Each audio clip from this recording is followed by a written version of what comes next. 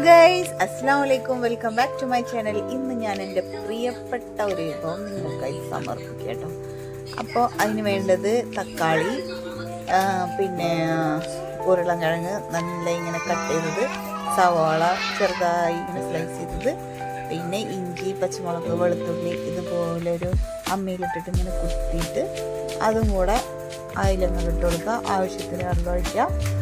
കുറച്ച് മഞ്ഞൾ പൊടി ഇട്ട് കൊടുക്കുക കേട്ടോ.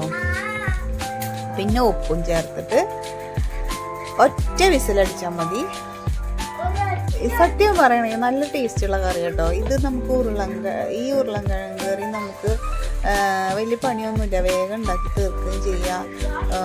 മറ്റേ ദോശയുടെ കൂടെ, ഇഡ്ഡലിയുടെ കൂടെ, അതുപോലെ പൂരിയുടെ കൂടെ ഒക്കെ ബെസ്റ്റ് കോമ്പിനേഷനാണ് കേട്ടോ.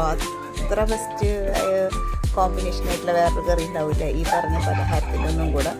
ഇനി ഇതിലേക്ക് കടുക് താളിക്കണം, കുറച്ച് ഉലുവ ഇടണം, പിന്നെ ജീരകം ഇട്ട് കൊടുക്കണം, കറിവേപ്പില ഇട്ട് കൊടുക്കണം, അതുപോലെ ഉണക്കമുളക് ഇട്ട് കൊടുക്കണം.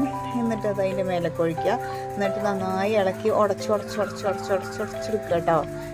ഇതിങ്ങനെ അരിഞ്ഞുണ്ടാക്കിയാലേ എനിക്കിഷ്ടമുണ്ടാവുള്ളൂ. നിങ്ങൾക്ക് വേണമെങ്കിൽ വേറെ എങ്ങനെയൊക്കെ അങ്ങനെ ഇട്, 4 കഷ്ണമാക്കിയിട്ട് എടുക്കുക, എന്നിട്ട് ഉടച്ചെടുക്കുകയൊക്കെ ചെയ്യാം. പക്ഷേ അരിഞ്ഞ് ചേർത്താലാണ് അത് ടേസ്റ്റ് കേട്ടോ.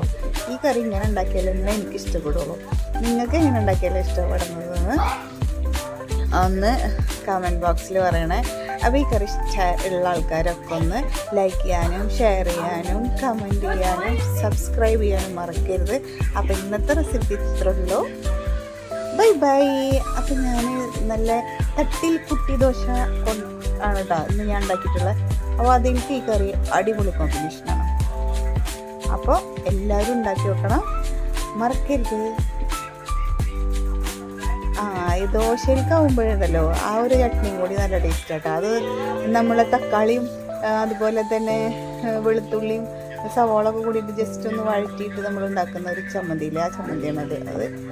അതും ഇതും എല്ലാം കൂടി കൂട്ടിയിട്ട് ഒരു പിടി പിടിച്ചാലുണ്ടല്ലോ എൻ്റെ അമ്മച്ചേ, സൂപ്പറാ പൊള്ളി കോമ്പിനേഷനാണ്.